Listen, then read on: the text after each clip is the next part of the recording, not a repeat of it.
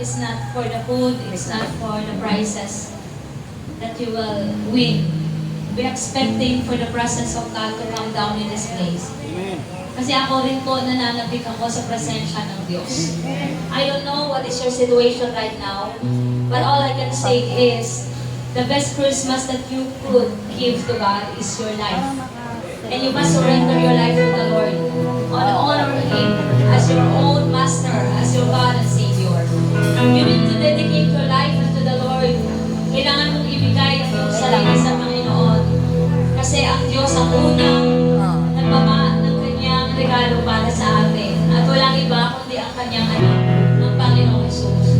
Kaya naman kung meron kang dalang problema ngayon, kanina pa lang alam na ng Diyos yan. Alam na ni Lord kung gaano kabigat ang pinagdaanan mo, kung gaano kalalim ang sugat sa puso mo.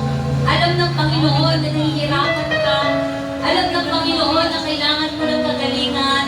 Alam ng Panginoon na you are rejected by many.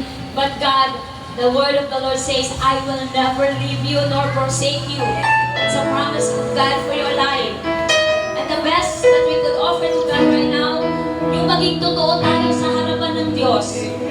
Yung maging genuine tayo sa harapan ng Diyos. Yung totoo tayo naharap sa Diyos at sasabihin natin sa Kanya, Lord, here I am. I have nothing to offer to you but my life. Wala akong ibang gustong ibigay sa iyo kundi ang buhay ko, Panginoon. This is the best gift that I could offer to you. My life, my strength, my heart, my focus. Yun ang ibibigay ko sa iyo, Panginoon. And no other than that, doon po natin ang papasaya ang Diyos.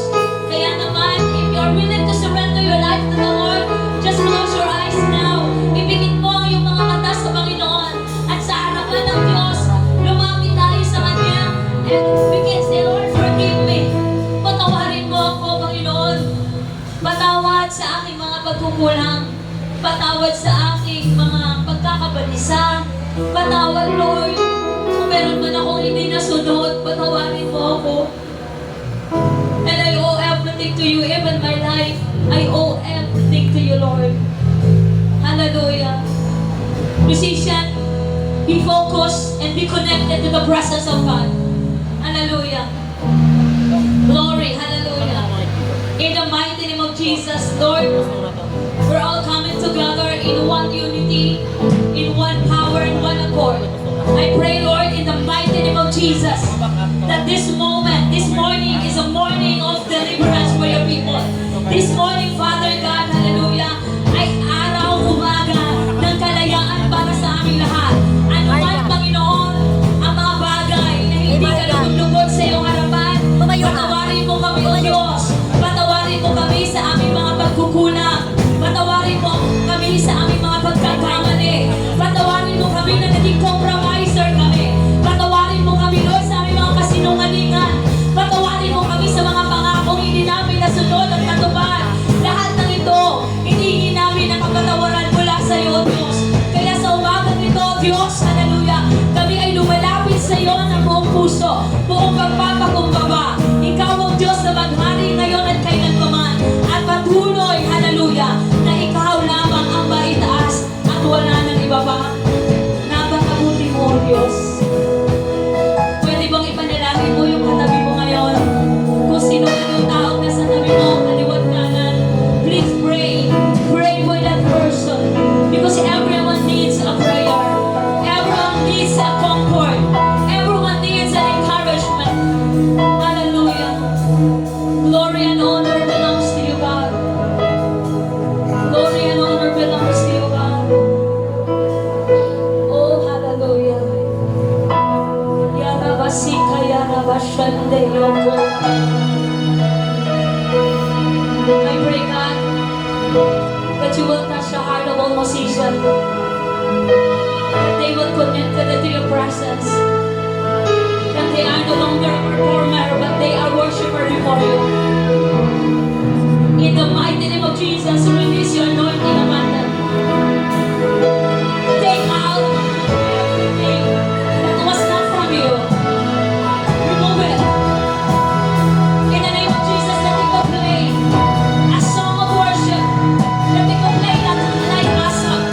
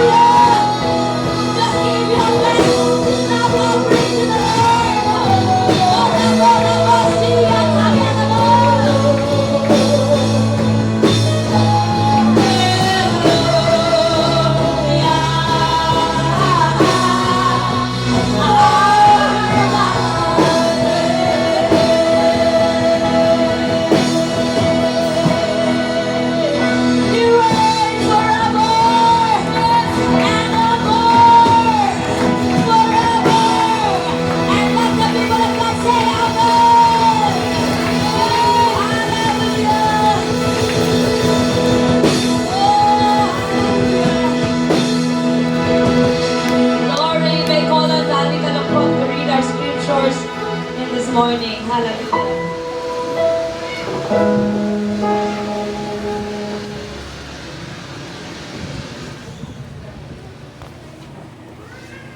Amen. Sabi po sa kanyang salita sa Isaiah chapter 9 verse 6, sapagkat isinilang ang isang sanggol na lalaki para sa atin. Ibibigay sa kanya ang pagmamahala at siya ay tatawagin kahangahangang tagapayo. Makapangyarihang Diyos, walang hanggang Ama at prinsipe ng kapayapaan. Tunay nga, Panginoon, na dumating ka upang iligtas kami, Panginoon, at restore ang koneksyon na meron kami sa iyo noon. Lukuban mo kaming lahat ng iyong banal na dugo't kapangyarihan at naway ang presensya mo, Lord God, siyang maramdaman simula at hanggang sa matapos ang gawain ito ngayong araw. Salamat, Panginoon, sa inyo po ang papuri, pagsamba, pagdakila. Sa tanging pangalan mo lamang, Jesus. Amen. Amen! Hallelujah! Magandang umaga sa ating mga kapatid. Tayo ba ay pinagpala? Amen! Tayo ba ay pinagpala? Amen! Salamat Panginoon Lord God. Kayo naman, tayo ay magburi sa awit mga kapatid para sa Panginoon. Lord Jesus, hallelujah!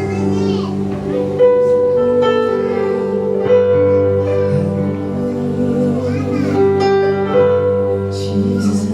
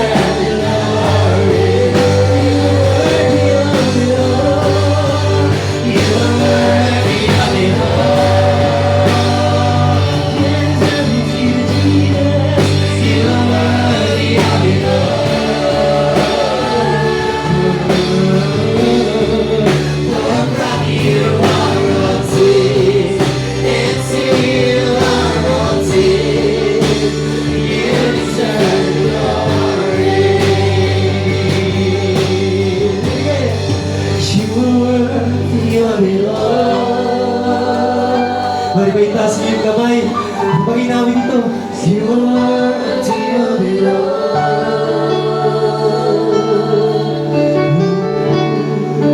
For from you are all things, and to you are all things. You deserve the glory. You are worthy. You are worthy of it all. You are worthy of it all. For from you are all things, and to you are all things.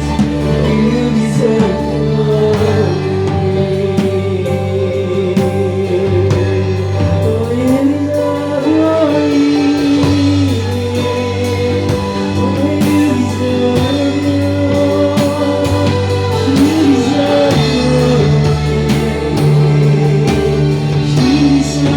glory. You deserve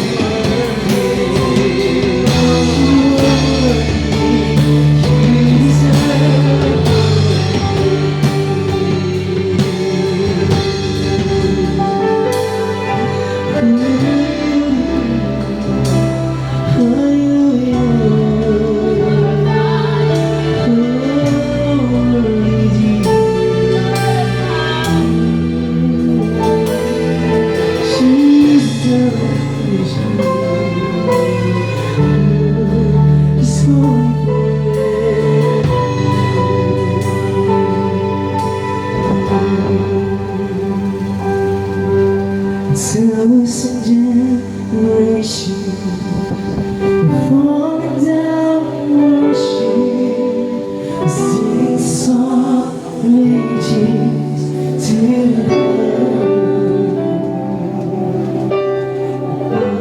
Gone before us, all will believe, singing song ages to the Lord. Your name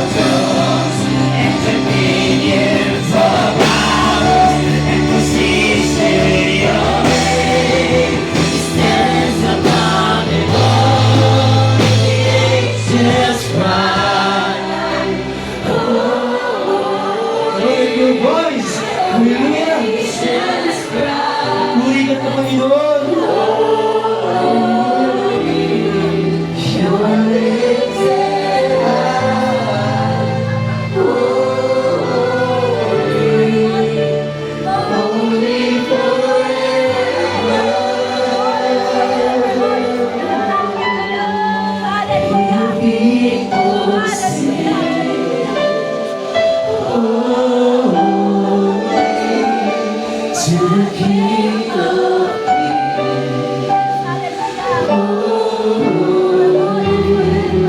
You will always be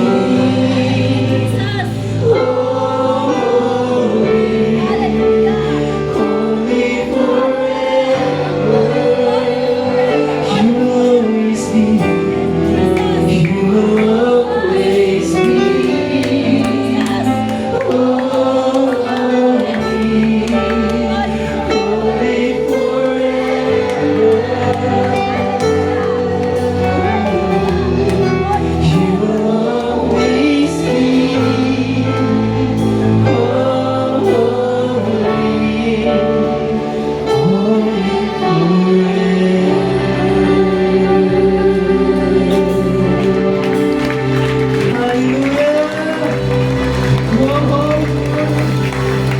Thank you, Jesus.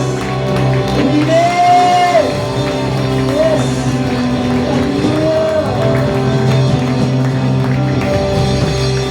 Amen. Ay, papalakpakan natin ang Panginoon.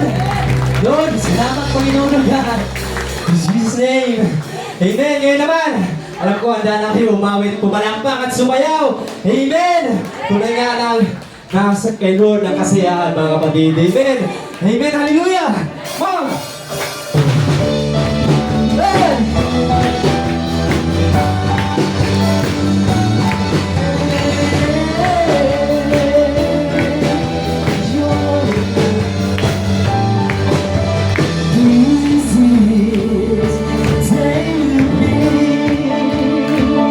So I rejoice and be glad, rejoice and be glad in it. This is where I believe you are more than enough for me. You are faithful to your promise. You are strong and mighty. When I'm standing in your presence, I have everything I need. Joy of the Lord is my strength. It's what I feel. Joy of the Lord is my strength. Oh, my soul, bless His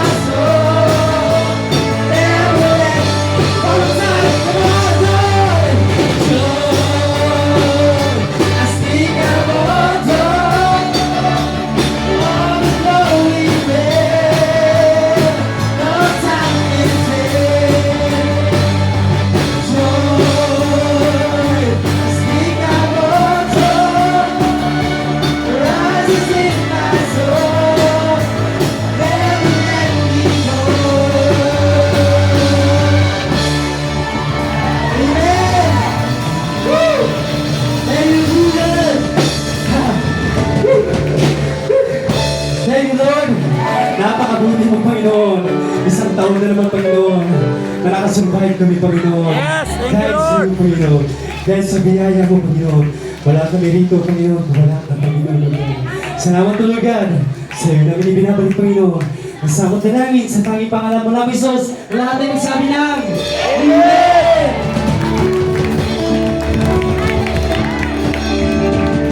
Siyempre, wag muna tayo umupo.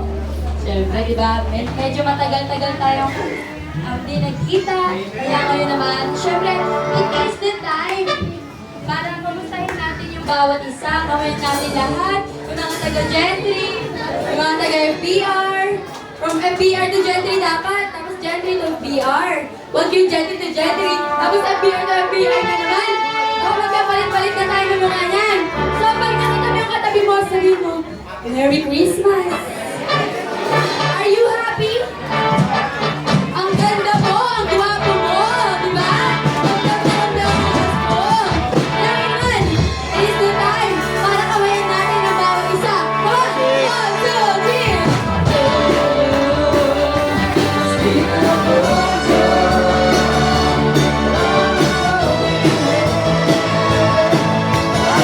Hey, hey, hey!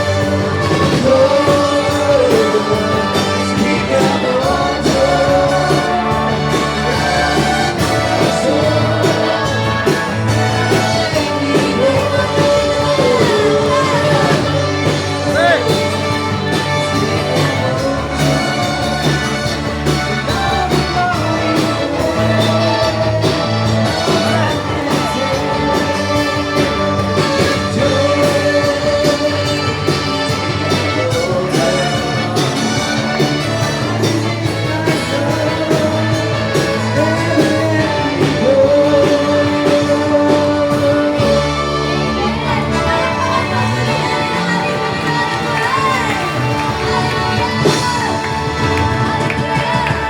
God is good! All the time! God is good! All the time! All the time! God is good! All the time! God is good! Hallelujah! Kayo po ang pinakamataas na papuri, pagsambat pagdakila. Sa tanging pangalan mo lamang, Jesus, ang lahat ng tagalangit at anak ng Diyos ay magsabi ng Amen! Amen! Maaari na po tayong umupo at tayo po ay manatili sa ilalim ng ating presensya ng ating Panginoon. Ngayon, iwasan po natin magpatayo tayo. Iwasan po natin na mag-cellphone or matulog kasi this day is the day that will remind us kung gaano kabuti ang Panginoon sa ating mga buhay. Ngayon, i-focus po natin ang ating mga puso, ang ating mga isipan, ang ating mga sarili, ng ating buhay. Kung may ballpen po tayo, notebook, Bible, ilabas po natin. Mas maganda nang ilabas yung mga ganong bagay kaysa sa cellphone. Kasi nasa cellphone yung mga temptation eh. Sana mo nag-note sa'yo pala nag-phone na. Iwasan po natin yan, amen? Kaya naman, yan natin ang mga sarili. Tinatawagan ko na po ang magsasalita, magbabahagi sa salita ng Panginoon. Lagi ba ko niya ating mahal na pastora, si Pastora Ruby. Palakpakan po natin ang ating Diyos.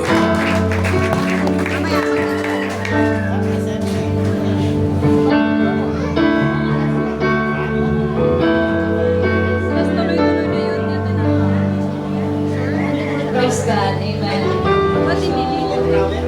Everyone, I just want to remind you kung saan po kayo nakaupo, wala na pong patayo-tayo. Amen?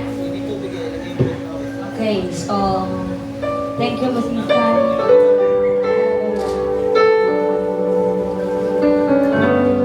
Glory to Jesus. So, musician, dito kayo umupo sa harapan.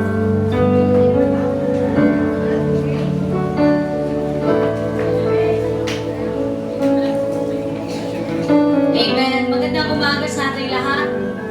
Kayo po ba ay masaya ngayon? Bigyan niyo nga po ng magandang ngiti yung katabi ninyo. Ngiti na puno ng pagpapala. Right? Ngiti po na may pagtatagumpay. At ngiti po na punong-puno ng positibong pananaw. Amen po ba?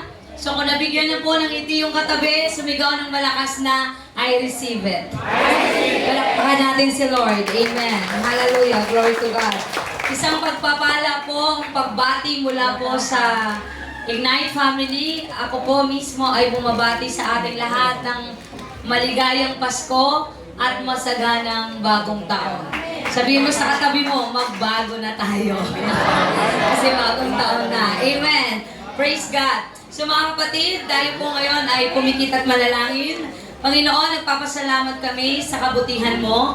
Ang mga salita mo, Lord, ay magbibigay liwanag sa amin. Salamat, Panginoon, na ito ang magiging dahilan kung bakit kami ay manatiling matatag sa iyong harapan. Ang mga aral na aming mapakinggan ay iuwi namin bilang isang pag-asa at regalo mula sa iyo. Salamat, Panginoon, sa araw na ito na binalot mo ang apat na sulok ng lugar na ito ng iyong pagmamahal, ng iyong liwanag, Panginoon, at higit sa lahat ng iyong presensya. Ingatan at lukuban mo kaming lahat ng iyong banal na dugo. Sa pangalan ni Jesus, lahat po ng gusto makatanggap ng regalo mula sa Diyos ay magsabi ng Amen. Palakpakan natin ang ating Panginoon. Hallelujah. Glory to God. Amen. Hallelujah. So ating pong topic this morning, ang star ng Pasko ay si Kristo. Amen. Hallelujah. Buksan po natin ang Matthew 2:1-12. Sabayan niyo po akong basahin. Ang kwento po na ito ay tungkol po sa bituin. Alright, na siyang dahilan kung bakit po ang tatlong wise men o sinasabi po ng Magi ay nakarating kung saan naroon ang batang Jesus. Amen. So, meron po ba tayong mga Bible? Alright.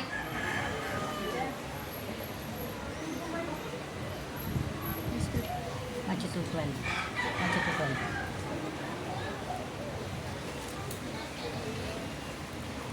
Panahon ng paghahari ni Herodes sa Judea nang ipinanganak si Jesus sa Bethlehem. Nang siya'y sinilang, may mga matatalinong taong mula pa sa silangan ang dumating sa Jerusalem. Nagtanong-tanong sila, nasaan ang ipinanganak na hari ng mga Hudyo? Nakita namin sa silangan ang kanyang bituin. Everybody say, bituin. Alright. Kaya naparito kami upang siya'y sambahin. Na mabalitaan ito ni Herodes, ni Haring Herodes, siya'y naligalig. Gayon din ang buong Jerusalem. Kaya tinipon niya ang lahat ng mga punong pare at mga tagapagturo ng kautusan at sila'y tinanong, saan ba isisilang ang Kristo? Tumugon sila sa Bethlehem po, sapagkat ganito po ang sinulat ng propeta. At ikaw, Bethlehem, sa lupain ng Huda, ay hindi pinakahamak sa mga pangunahing bayan ng Huda, sapagkat sa iyo magmumula ang isang pinuno na mamamahala sa aking bayang Israel. Nang mabati dito, palihim na pinaliwanag ni Herodes sa ang mga matatalinong tao at inusisa kung kailan lumitaw ang bituin. Pagkatapos sila ay pinapunta niyo na sa Bethlehem na ganito ang bilin. Hanapin ninyo mabuti ang sanggol. Kapag natagpuan ninyo siya, ipagbigay alamagan ninyo sa akin, upang ako man ay pumunta roon at sumamba rin sa kanya. Pagkarinig sa bilin ng hari, sila'y nagpatuloy sa paghahanap. Sila'y pinangunahan ng bituing nakita nila mula sa silangan. Gayon na lamang ang kanilang kagalakan na makita nilang tumigil ang bituin sa tapat ng kinaroroonan ng bata. Pagpasok sa bahay, nakita nila ang bata sa piling na Maria na kanyang ina. Nagpatira pa sila at sinamba ang bata. Hinandog din nila sa kanya ang mga dala nilang ginto, insenso at mira. Nang sila'y pauwi na, nakatanggap sila ng babala sa pamagitan ng panaginip na huwag nang bumalik kay Herodes, kaya't nag-iba sila ng daan pauwi. May the Lord God bless His word in this morning. Amen. Hallelujah. So, ang star ng Pasko ay si Kristo. Marami po sa atin naging bituin pero walang ningning. Nabubuhay tayo nang walang sigla. Umaasa na lang tayo sa liwanag ng iba. Hindi natin alam na tayo mismo po ay may liwanag mula kay Kristo. Simula po nang tinanggap natin ang Panginoon, ang biyaya ng Diyos ay hindi nagkulang sa atin araw-araw. Siya po ang liwanag at kapag lalapit tayo sa Kanya, ang Kanya pong liwanag ay magta-transfer po sa atin o magtra-transmit sa atin. Bagamat po tayo ay nasa mundo, pero ang nakakakita ng liwanag na ito ay yung mga taong nasa kadiliman. Kaya naman kung ikaw ay nasa liwanag, kitang-kita ka ng tao na nasa kadiliman.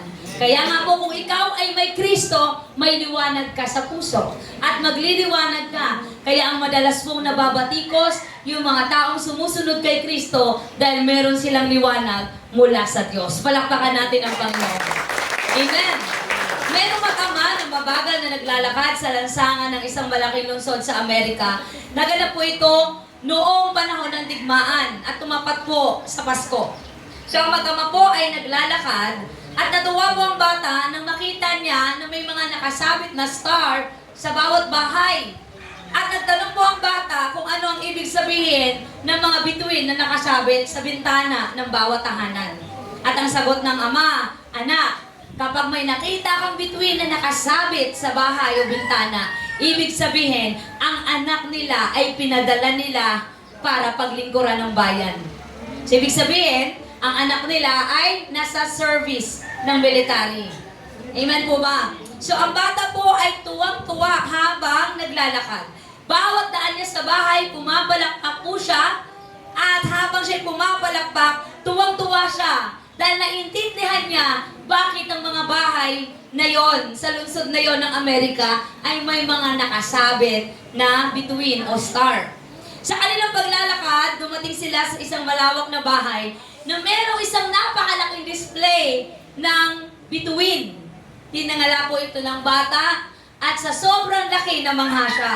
At ang sabi niya, siguro ang binigay niya yung pinaka paboritong anak, pinaka nagbibigay sa kanya ng ligaya, pinaka nag-iisa dahil siya ay pinakamalaki sa lugar na ito. So ang bituin na yon ay kuminang na parang brilyante sa mata ng bata. Kaya sumigaw siya, ang sabi ng bata, tiyak na ibinigay din ng Diyos ang kanyang anak sapagkat siya ay bituin sa kanyang bintana.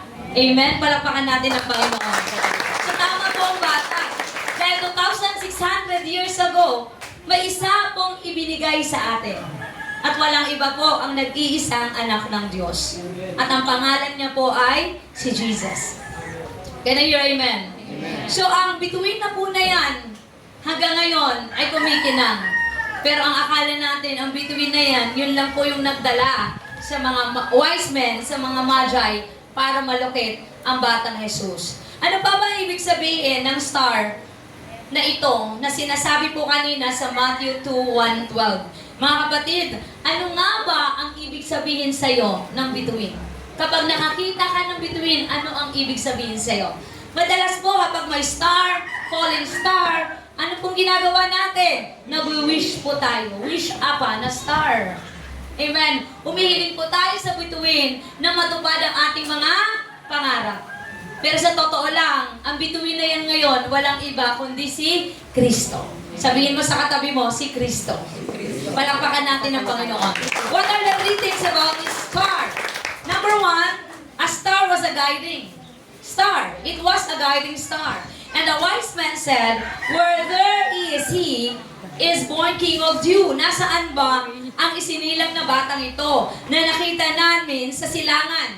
So nanggaling sila sa east. Nanggaling sila doon na napakalayong lugar. So ginaid sila ng star. Alright?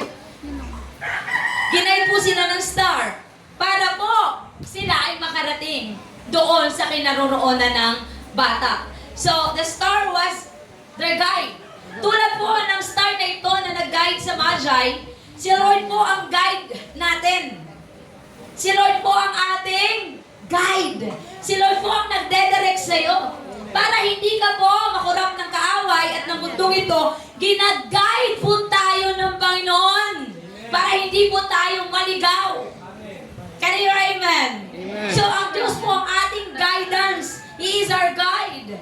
No? Tinitiyak ng Diyos na hindi tayo mapapahama. Kapag nakapix ang ating mata sa Kanya hindi tayo maliligaw. Tulad ng mga magi, tinitingnan nila ang star. Nasaan ang star? Yun po ang kanilang sinusundan. Naunawaan po ba natin? Pangalawa, the star guided them through the vast distances. Ginagabayan sila ng bituin mula sa malawak na lugar, sa desyertong lugar, at dinala sila doon sa pinaka-point na place na para sa kanila. Ganon din ang ating Panginoon. True tayo po ay napakalayo sa Kanya. Ang Kanyang liwanag po ay hindi natatapos na kuminang para makita natin na kahit po tayo nagtatago sa kadiliman, nagtatago sa kasalanan, pero meron tayong masisinagan na liwanag dahil ang liwanag na yan ay nagsasabi na andito siya, hindi ka pababayaan kailanman. Palakpakan natin ang Panginoon. Hallelujah! And the star was a help to achieve their goals. Tinutulungan sila ng bituin na ito na ma-deliver ang gift na dala-dala nila. Tulad ng Panginoon, tinutulungan tayo araw-araw sa ating mga problema. Sino dito ang walang problema? Magtaas ng kamay. May malaking regalong binalot si Brother Dan dito, mamili lang kayo. Pag nabuhat nyo sa inyo na, sino po ba dito ang may problema? Taas ang kamay. Ang iba po ang problema nila dahil paganda sila ng paganda. Yung iba naman ang problema ay papangit sila ng papangit. No. Ang tao po talaga ay hindi makontento sa buhay, kaya laging may problema. Kaya lang po, real talk lang tayo. Ang problema na pinakamahirap solusyonan, yung problema na ikaw mismo ang gumagawa. Tama po ba? May sagot ba ako sa inyo? Kapag ikaw mismo ang creator ng problem mo, mahirap yan solusyonan. Amen. Pero kung ang problema dumating at hindi ikaw ang may gawa, kapatid, madali lang yan maglaho. Dahil bakit po? Madali po yang aalis sa buhay mo. Dahil yan po ay dumaan lang para ikaw ay subukin kung gaano ka katatag. Pero kung ikaw ay involved sa problema na yan, mahirap kang makaalis dyan at mahihirapan ka lang. Bakit? Kasi ikaw ang may gawa niya. Amen. Amen po ba? Kung naunawaan, palakpakan po natin ang ating Panginoon. So the star lead them through the barred danger. Sunod na po tayo. Ang star po, ginabayan po sila mula sa kadiliman. Ang bituin ang nagsisilbing protection nila sa dilim. Alright. So ang liwanag na ito, nagkaroon sila ng confident. Everybody say confident. Confident. Ay, kailangan natin mapuntahan yung kahit madilim. May liwanag naman kaya. Punta tayo. Minsan, tayo mga Kristyano, pag may problema, nawawalan na tayo ng confident. Hindi na natin naintindihan na merong Diyos. Merong Diyos na tutulong sa atin. Kaya ang confident natin kay Lord, nalipat sa confident mo sa tao. You are trusting man instead trusting God. Amen. Amen po ba? Mas tiwala ka sa tao kaysa sa Diyos. Ang lagi ko pong tinuturo sa kongregasyon na ito, huwag umasa sa pangako ng tao. Can I hear amen? Laging magtiwala sa pangako ng Diyos. Dahil kapag ang taong nangako, pako na pako yan. Pero pag ang Diyos ang nangako, totoo po yan, legit po yan. Dahil ang Diyos po gumagawa at kumikilos sa kanyang kaparaanan. Palakpakan natin ng Panginoon. Malakas na palakpak para kay Lord. Amen. So nagtitiwala sila na hindi sila maliligaw. So imagine mo, you're traveling from here, papunta doon siguro sa Cebu.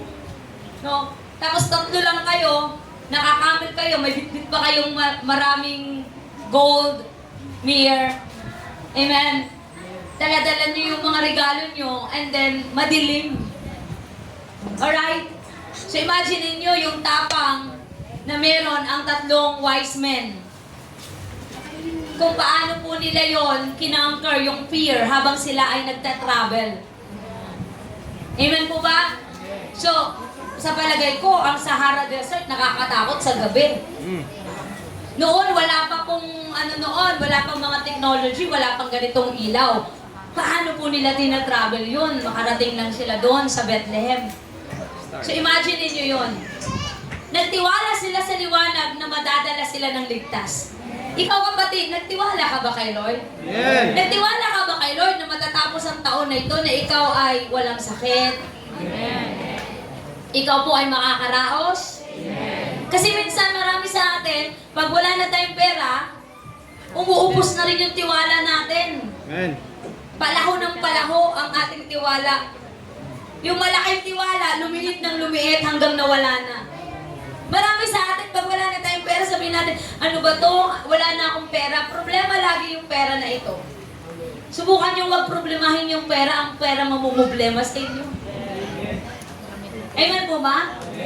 Huwag nyo i-change masyado kung paano kayo magkaroon ng maraming pera. Kasi alam nyo, sa totoo lang, hindi talaga nakapagbibigay ligaya ang pera.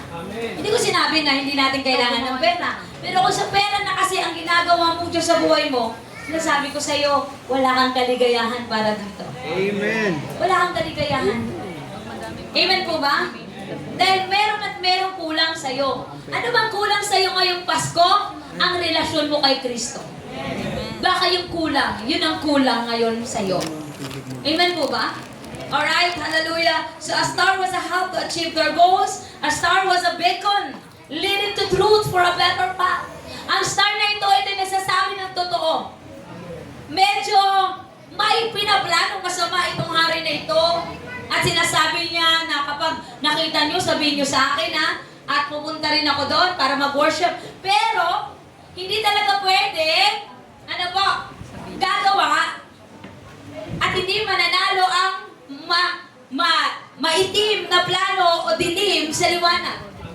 Dahil bakit po? Hindi na bumalik ang tatlong matatalinong taong ito. Dahil na naginip po sila na hindi na sila po pwedeng bumalik sa dating daan. Kaya ang dinahak nila ay bagong daan. Kaya yun, amen? Hindi na pwede tayong bumalik sa dating nating daan. Kundi pinadaan sila sa bagong daan. Naunawaan po ba natin? Hindi na tayo pwede bumalik sa dati nating pagkatao. Dahil tayo ngayon ay bagong nilalang sa Diyos. Palakpakan natin ang Panginoon. Praise God, hallelujah. A star was a beacon leading to truth for a better path. Kung ikaw po'y naka-align ka sa liwanag, hindi ka talaga pwedeng, makurap ng dilim. Dahil ang liwanag ay tinatahak mo ay may katiyakan. Kaya amen. Ngayon, naglilingkod ka kay Lord, may katiyakan ang paglilingkod mo sa Diyos. Alright? May katiyakan. Sabihin mo sa katabi mo, may katiyakan ka ba? Wala kang katiyakan, kaya iyak ka ng iyak. Kasi wala kang katiyakan. Kapatid, it's time for you to know na mayroong Diyos na may katiyakan. Kaya amen. Hallelujah. Glory to God. So the symbol of star is helping people navigate our difficulties in life and find purpose. A star is divine guidance, inspiration, and dreams. Minsan, nagangarap tayo na someday, somehow, tayo po, ay makarating sa ating gustong marating. Pero kapatid, sinasabi ko sa iyo, kung wala ang Diyos na liwanag at star ng buhay mo, hindi ka makakarating. Naunawaan po ba natin? Bakit hindi ka makakarating? Walang mag-navigate sa'yo. Walang magdadirect sa'yo. Walang magsasabi na ito yung tamang lokasyon para sa'yo. Paano natundo ng bata? Kung saan po doon ng bata, nag-stop po yung star. At alam na ng tatlong matatalino na yun na yung sanggol na hinahanap nila. Bakit sila tinawag na matalino? Una, hindi sila nagpaisa kay Herodes. Pangalawa, hindi na sila bumalik sa dating daan. Tanong mo yung katabi mo, matalino ka ba? Ang matalinong tao, hindi niya na binabalikan ang nakaraan. At hindi na rin binabalik pa ang nakaraan. Masasabi kong hindi matalino ang taong ito na pabalik-balik na lang simula sa nangyari nung panahon pa ni Popong-Popong hanggang ngayon, hindi makapag-move on, pabalik-balik, hindi ka matalino. Amen. Dahil ang totoong matalino, hindi binabalikan ang nakaraan. Can you hear amen? Palakpakan natin si Lord. Hallelujah. Amen. Matalino ka kung hindi mo na ginagawa yung dati mo Kalokohan, matalino ka. Masasabi ko matalino ka, bakit? Mas lamang ang tao na naglilingkod kay Lord na walang bisyo. Can I hear amen? Si Mama Gumba. Glory to God. Hallelujah. Alam nyo, na-amaze ako sa mga Nilagyan ko lang ng diskarte. ka-batchmate ng asawa ko. Special gumawa. Kasi natatawag kong tatay. Pero kaedad lang niya pala yun. Yang iya ako, minsan pumunta kami sa munisipyo. Kasi naman yung kanyang ka-batchmate, matanda na talaga, puro na siya uban.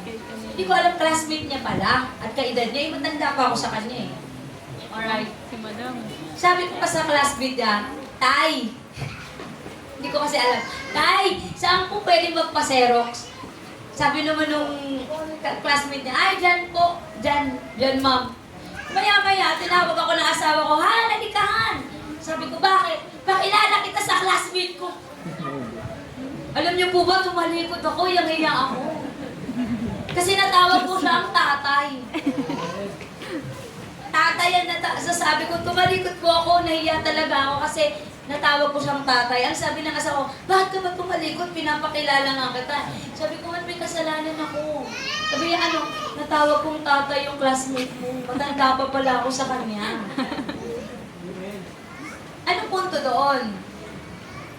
Tinignan ko siya at ang kanyang batchmate. Hindi ko siya tinataas. Sabi ko sa kanya, alam mo Han, kung wala ka kay Lord, mas matanda ka pa dyan. Amen. Kung wala ka kay Lord, baka ngayon, hindi ko alam kung ano na itsura mo. Pero thankful ako dahil na kay Lord ka. Amen? Na kay Lord kasi tayo, alam niyo bang na kay Lord tayo pag naglilingkod tayo kay Lord? Yung anong meron sa atin na wala, pinumunan ni Lord. Kung ano yung pangit, tinatanggal ni Lord. Kasi una sa lahat, ayaw ni Lord na tawaging anak ka niya, pero ikaw naman ay gusgusin. Bakit ano ba sabi ng Bible? Wala siyang anak na pinapabayaan. Doon ka manindigan eh. Sabi mo, di ba, anak ako ni Lord, hindi ako pinapabayaan ni Lord. Kaya yung mga anak ni Lord, kahit wala pong kayamanan yan, nakangiti lagi yan. Amen po ba? Masaya yan. Amen. At hindi po yan nakasimangot. Alright? Nagre-reflect po kasi yung liwanag, yung glory natin sa ating mga mukha eh. Amen po ba? Nagre-reflect po yan. Hallelujah. Minsan may mga tao na tanong sa, Pastora, ilang taong ka na ba? Sagot ko, sige, hulaan mo. Kung mahulaan mo, swerte ka. Aba, tuwan-tuwa naman ako dahil yung mga edad talagang pang teenager. 26? Wow! Higher! 30? Higher! Di Pastora, 35? Higher! Ilan taong ka na ba, Pastora? Malapit na po ako mag-50. Ba't hindi kayo makapaniwala? Malapit na. Konti na lang. Mag-50 na ako, Brother Dan. Pero nagpapasalamat ako kay Lord. Ano po yung pinapasalamatan ko kay Lord? Kasi natutunan ko sa pamagitan ng pagbabasa ng salita ni Lord na hindi lahat ng problema ay ating pong i-absorb. Dahil ang mga problema na yan, kaya kang layasan yan. Depende sa pag-entertain mo. Kapag sobra mong in-entertain, manatili yan. Pero pag hindi mo masyadong pinapansin, lalayasan ka yan. Bakit? Hindi mo siya na-entertain. Hallelujah, amen.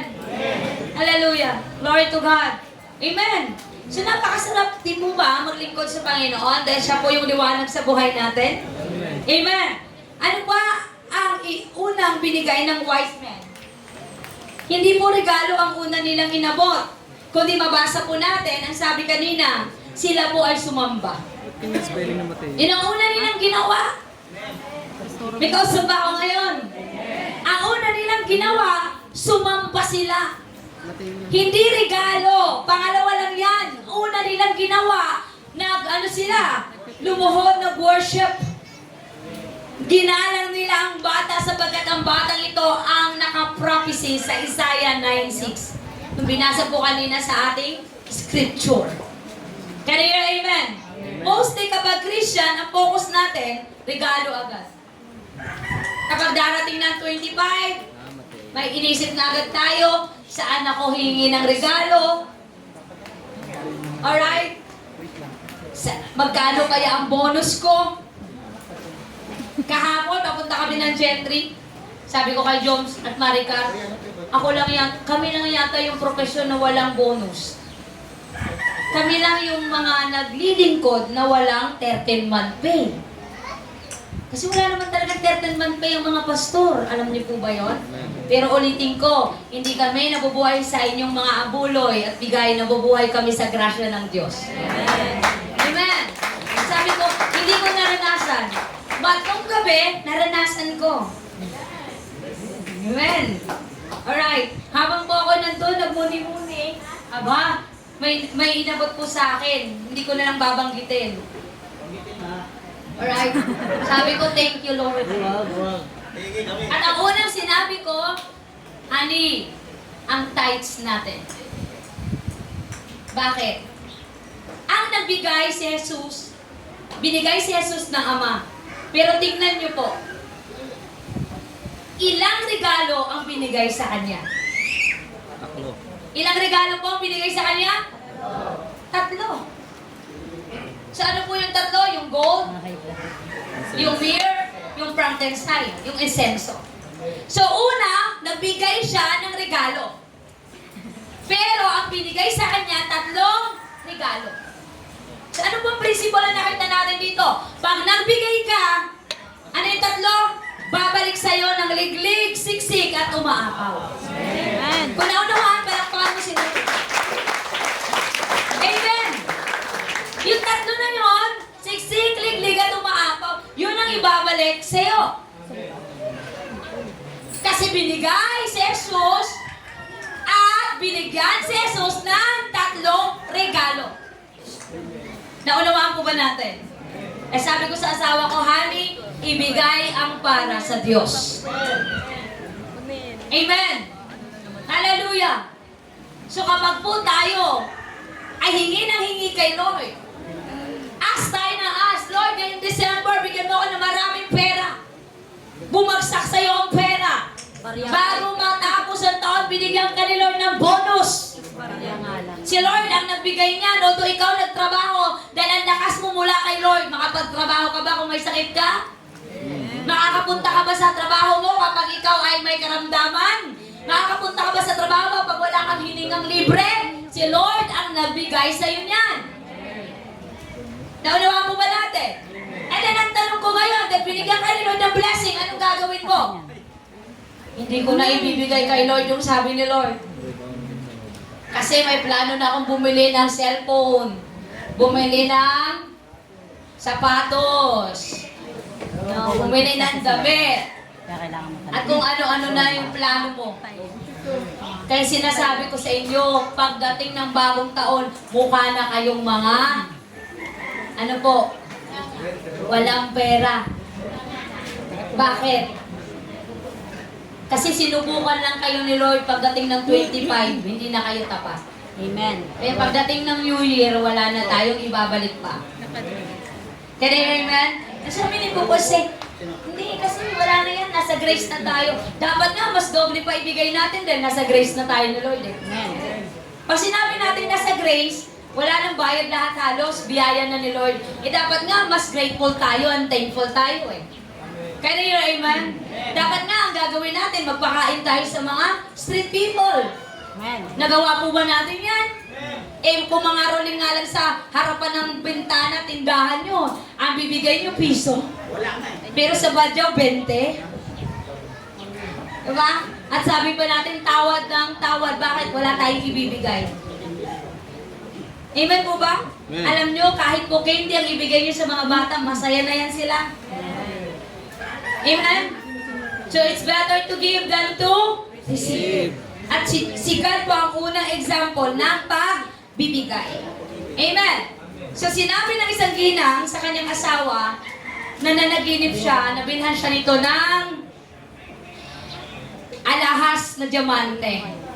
Sabi niya pa, pagising niya sa umaga, honey, nanaginip ako! At ang panaginip ko ay binigyan mo raw ako ng regalo. Ang bilis mo naman, Maricar, mag-plus. Itago mo muna yan.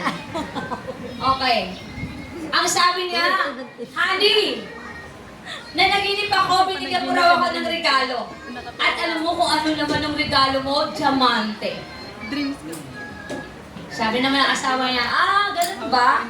Uuhan. Ang ganda talaga ng regalo mo sa akin. Okay. Sang umaga, umuwi si Mister, may bit-bit na regalo.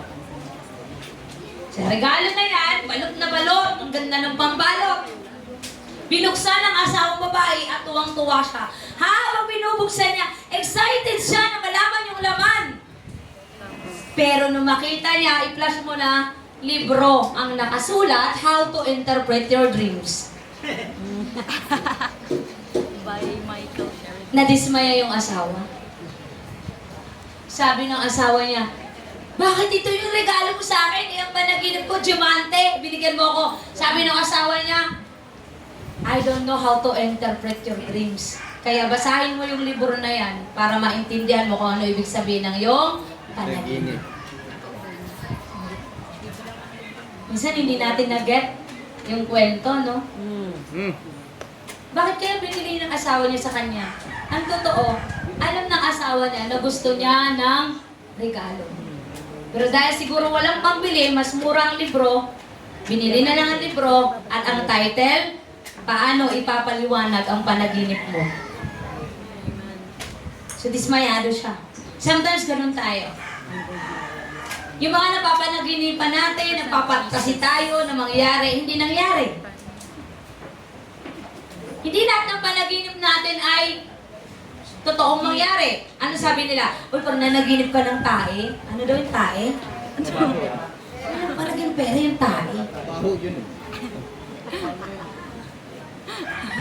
At mahawakan mo ba yung tae? Hindi, kahit sarili mong dumi, hindi mo mahawakan. Pero bakit? Ang sabi nila, pag nanaginip ka raw ng tae ay...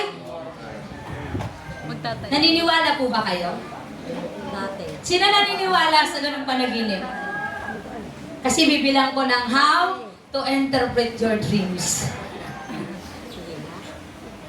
Ang dami pong alam ng mundo. Pero alam nyo, ang tanging makapag-interpret lang ng panaginip natin ay ang Biblia. Read your Bible. Alakpakan natin si Lord. Amen. So ano po ba yung meaning ng tatlong regalo na ito? So the gift the gold represent Jesus' kingship. Ang gold po nagre-represent sa ano po? Sa pagro-rule ni Jesus bilang hari. And the frankincense represent Jesus' deity. Ang kanyang pagiging Diyos. At ang myrrh ay nag-represent po yan sa death ni Jesus. Ibig sabihin, yung tatlong regalong natanggap ng batang Jesus ay may ibig sabihin. Naunawaan po ba natin, people of God? Kaya pag may nagtanong sa inyo, ano ibig sabihin ng gold kingship? Ano ibig sabihin ng frankincense? Pagka-Diyos ni Kristo. Ano ibig sabihin ng myrrh? Ito po ay kamatayan ni Kristo. Kasi po yung myrrh, oil po yan na nilalagay po sa mga naimbal sa mong patay na katawan. Naunawaan po ba natin? So yun po yung ibig sabihin ng regalo na yan. And of course, ang unang selebrasyon ng Christmas ay napaka-simple lang, napaka-quiet and peaceful. Yan po yung unang celebration ng Christmas. Walang nakakaalam na merong sinilang. Ang first Christmas ay very quiet, very simple, and very peaceful. Napaka-quiet lang. Walang naialam na nanganak na pala si Mary. Saan nga po pinanganak si Jesus? Sa Sabsaba. Pero ngayon, ang Christmas, nowadays, the celebration of Christmas ay ano po? Maingay, bongga, party. Naintindihan po ba natin? Kung kailan Pasko, saka nagkakagulo, bakit? Dahil lasing na ang mga tao. May kausap ba ako? Dati ang Christmas, tahimik. Ngayon, magugulat ka, may nagsasaksakan. No? May naghahabulan. Bakit? Dahil yung exchange gift, ang laman ay hollow block. Nagagalit. Wala na yung spirit of joy and generosity. Amen. Kaya ang iba, mangungutang lang para may pamparao sa Pasko. Para masabing generous, mangungutang. Kapatid, kung wala-wala, kung meron-meron, magpakatotoo ka. Sabihin mo sa katabi mo, magpakatotoo ka.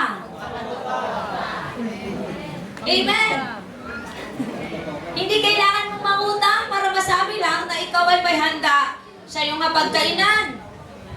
Hindi pwedeng bumili ka ng mamahaling damit para masabi na ikaw ay Merry ang Christmas. Putpurin mo naman ang alahas yung katawan mo, pero durog ang puso mo. Wala pa rin kwenta yung mga material na bagay na sinuot mo. Bakit? Ang totoong Pasko ay liwanag mula kay Kristo. Palakpakan natin ang Panginoon. Hallelujah. Glory to God. Dati po, kapag may birthday, kung sino man ang may birthday, yung mga taong kinagigiliwan niya, yun po yung mag-ask or mag-grant ng wish. Ngayon, kung sino may birthday, yun ang dadalhan ng regalo. Dati po, 2 tao lang ang may birthday sa Bible. Una, si Pharaoh sa Egypt, at pangalawa, si Haring Herodes. Nung mag-birthday po si Haring Herodes, matatandaan natin, kaya napugutan ng ulo si John the Baptist dahil po naaliw siya sa pagsasayaw ng anak ni Herodias. Ang babae po yon ay tinutukoy po ng scholar, theologian na si Salome. While Salome is dancing, dahil birthday po ni King Herodes, tuwang-tuwa naman po si King Herodes at hindi nag-isip sa kanyang sinasabi. Sa sobrang tuwa niya, nakapagbitaw siya ng salita. Siguro sa kalasingan na rin. Ang sabi niya, "Your wish is my command." Kaya kong ibigay sa iyo kahit ang kalahati ng aking kaharian. Sabihin mo lang kung anong gusto mo. Imaginein mo, sumayaw lang yung babae, ibigay mo na yung kalahati ng kaharian mo. Okay? Dahil lasing na nga siguro siya. And then, ang sabi naman ni Herodias, dahil galit siya sa mga Kristiyano, at galit siya sa mga sumusunod kay Kristo, binulungan ng anak, minsan may mga nanay na bulong kahit mali, sige nak, gawin mo yan. Pero wala yun dito. Sabi ng nanay, hingin mo yung ulo ni Juan. Hingin mo yung ulo ni Juan. At ang sabi ng babae, totoo nga ba kamahalan na my wish is your command? Hinihingi ko ngayon ang ulo ni Juan. Nagulat ngayon si Herodes na imasmasan siguro siya. That actually, wala siyang plano patayin si Juan. Pero dahil ang hari hindi mababali ang kanyang salita at birthday niya pa, ano nangyari? Naberdugo si Juan. Nilagay po sa platter ang kanyang ulo, hinandog doon sa babaeng sumayaw lang. Anong lesson? Mga lalaki, pag merong decision making sa buhay, huwag magpakalasing. Baka iba ang maibigay nyo. Naunawaan po ba? Alright? So dati po, kapag may birthday, ang hihingan mo ng wish yung may birthday. Pero ngayon, ano na po nangyari? Yung may birthday, ang bibigyan ng regalo. Alright? Ano ba gusto natin mangyari? Yung tayo yung nagbibigay ng regalo o tayo yung binibigyan ng regalo? Nag-iisip na sila. Hindi pa sila nalasing yan, pero nag-iisip na sila. Ano kaya magandang sagot? Ano po ba ang maganda? Tayo yung nagbibigay o tayo yung binibigyan? Tayo yung nagbibigay kaysa tayo yung binibigyan. Amen. Palakpakan natin si Lord. Amen. Why we have Christmas? Natanong niyo po ba ito? Bakit kailangan may Pasko? Gusto ko lang iklaro sa inyo na sa totoo lang po, wala pong Christmas tree sa Bible. It's just a pagan insertion. But that's why we have only here the gift. Kasi ang gift ay simbolo po yan ni Jesus. And yung bilin, nasa Bible. Kasi bakit? Sa sabsaban pinanganak si Jesus. But one thing na wala tayo dito, na hindi ko po pinapalagay, ay Christmas tree. Bakit po Christmas tree? Because na-insert lang po yan sa pagan belief. That's the truth. Can I hear amen? Pero pastor, ba't kayo nagse-celebrate ng Christmas? Wala namang birthday si Jesus sa Bible. Yes. He has no birthday, no date at all. Kung nagbe-birthday ka, ba't hindi magbe-birthday si Jesus? Nagbe-birthday ka ba? Eh, ba't si Jesus walang karapatang mag-birthday? Eh, ang sabi ng Bible, may sinilang. Ikaw nga, sinilang ka. Yung pa kayang tagapagligtas, hindi mo be-birthdayhan. Can I hear amen? Alright. So, konting insight lang yun. That's why I don't have put any Christmas tree kasi nga, the story about that Christmas tree is about the Nimrod. Mag-research na lang kayo. Okay? So, hindi ako naglalagay ng ornament ng Christmas tree talagang literal. That's why I put only the gifts and manger. Kung maaari, may manger. Kasi yun po yung mga symbols and star, of course, ng pagsilang ni Jesus. Why we have Christmas? Ang sabi po ng mahirap, para lang yan sa mayaman. Sino mahirap dito? Magsabi amen. Amen. Inaamin mo. Ang sabi ng mahirap, para lang sa mayaman ng Pasko. Ang sabi naman ng mga broken family, para lang yan sa buong pamilya. Sa buong pamilya. Para naman sa mga walang pera, para lang yan sa mga walang problema. Ganyan po ba ang ating tingin sa Pasko? Ganyan po ba kababaw ang tingin mo sa Pasko? Para lang sa mayaman? Para lang sa mga walang problema? Para lang sa mga walang sakit? Para lang sa buong pamilya? Is Christmas means family. Then, ano na lang po yung mga taong nawala ng loved ones? Ngayon lang, bago dumating ang Pasko. Paano na lang yung mga taong nawala ng loved ones? Paano nila i-celebrate ang Christmas, ang Pasko? Kung ang Pasko ay para lang sa pamilyang buo. Amen. If Christmas is for rich people, paano na lang yung mga walang pera?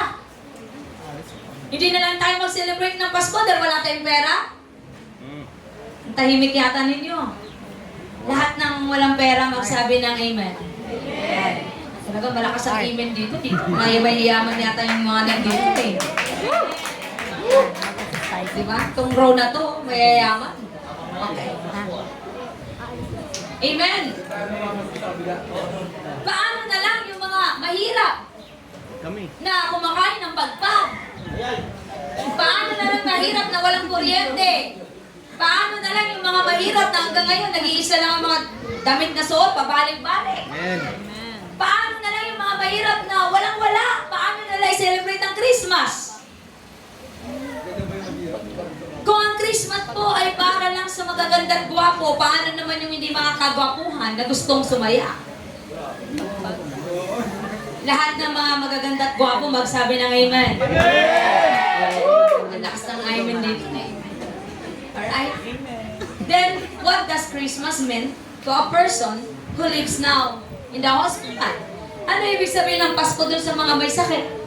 Ano ibig sabihin ng Pasko dun sa may oxygen dito na naghihingalo ang buhay? At ang naririnig, tik, tik, tik, tanggalan ng oxygen, tik. Paano na sila mag-celebrate ng Christmas? Amen! Alam niyo po ba, ang Pasko ay walang mayaman, walang mahirap. Amen. Dahil ang pagsilang ni Jesus ay para sa lahat. Amen! Huwag mo sabihin sa sarili mo, hindi ako mag-celebrate ng Christmas kasi wala akong pera eh. Mali po yung konsepto na yan. Amen. Hindi porket wala ka ng pera, hindi ka na pwedeng sumaya. At hindi pa pwedeng Pasko, lagi mong sinasabi, huwag na tayo mag-celebrate ng Pasko kasi iniwan tayo ng tatay mo. Isa lang ang umalis, pero kayo, lahat nandyan pa buo. Bakit idamay mo yung kasayahan ng iba sa kalungkutan ng isa lang? Amen. Naunawaan po ba natin?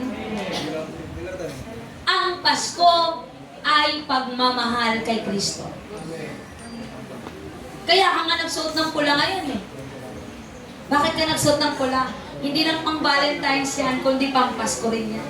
Amen. Ibig sabihin ng pula ay pagmamahal. Amen.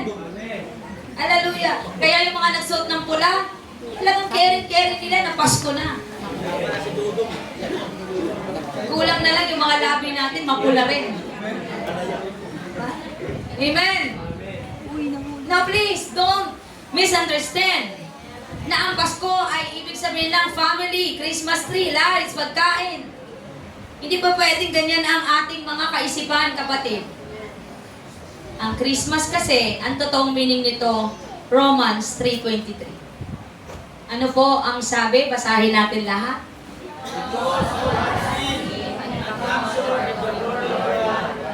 Kaya may Pasko dahil may kaligtasan. At ang lahat ay nagkasala sa harapan ng Diyos. At hindi makakarating sa kaluwalhatian ng Diyos kung walang tagapagligtas. Yan ang dahilan ng Pasko. Kaya amen. Palakpakan natin na malakas si Jesus. And Matthew 1:21 says that you all call His name Jesus, for He will save His people from their sins.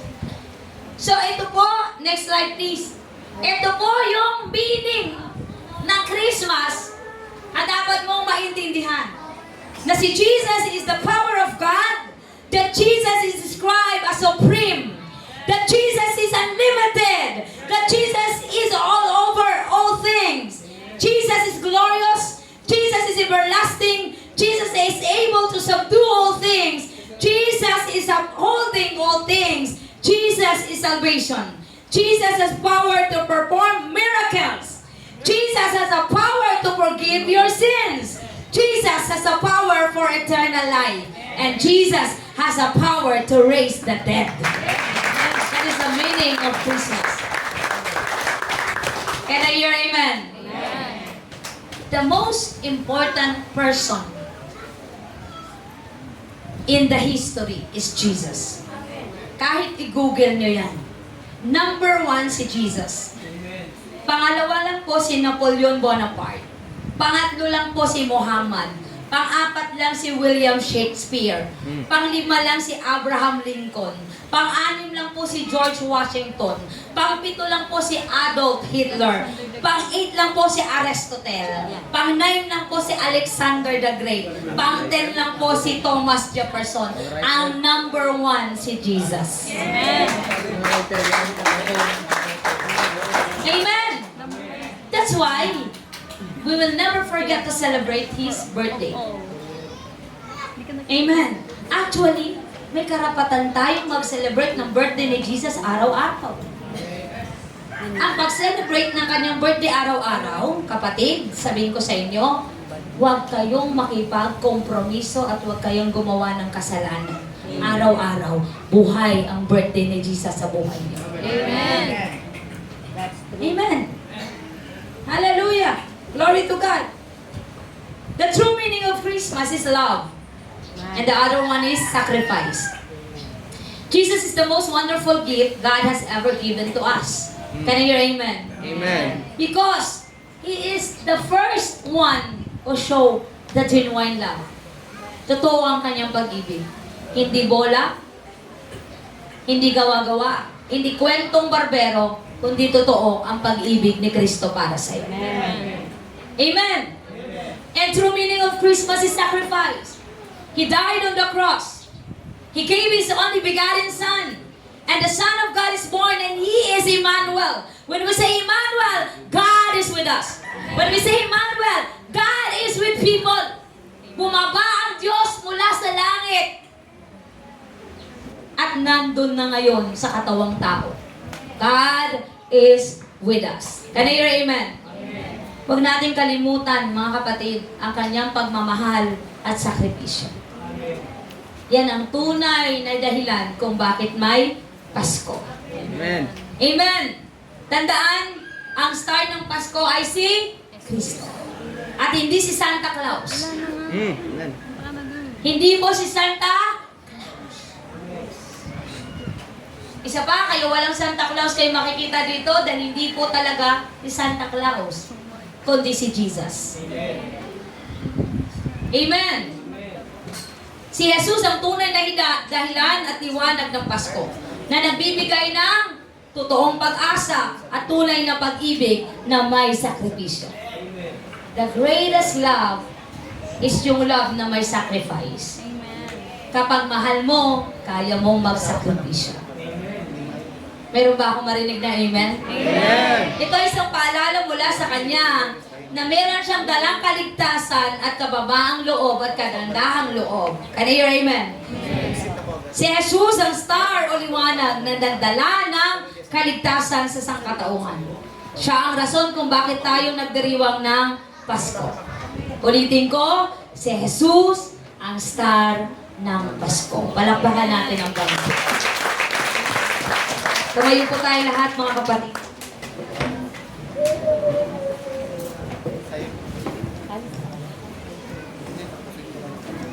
Hallelujah.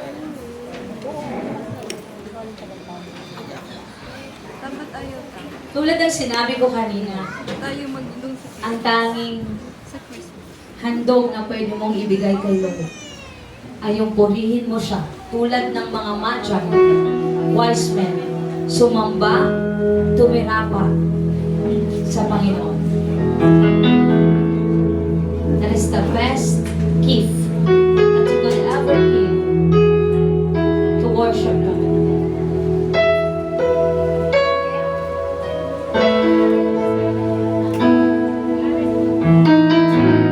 Yes, Jesus. If you're ready to worship God, just close your eyes. Kung handa ka nang magpuri sa Diyos kahit hindi mo alam ang lyrics, pumikit ka.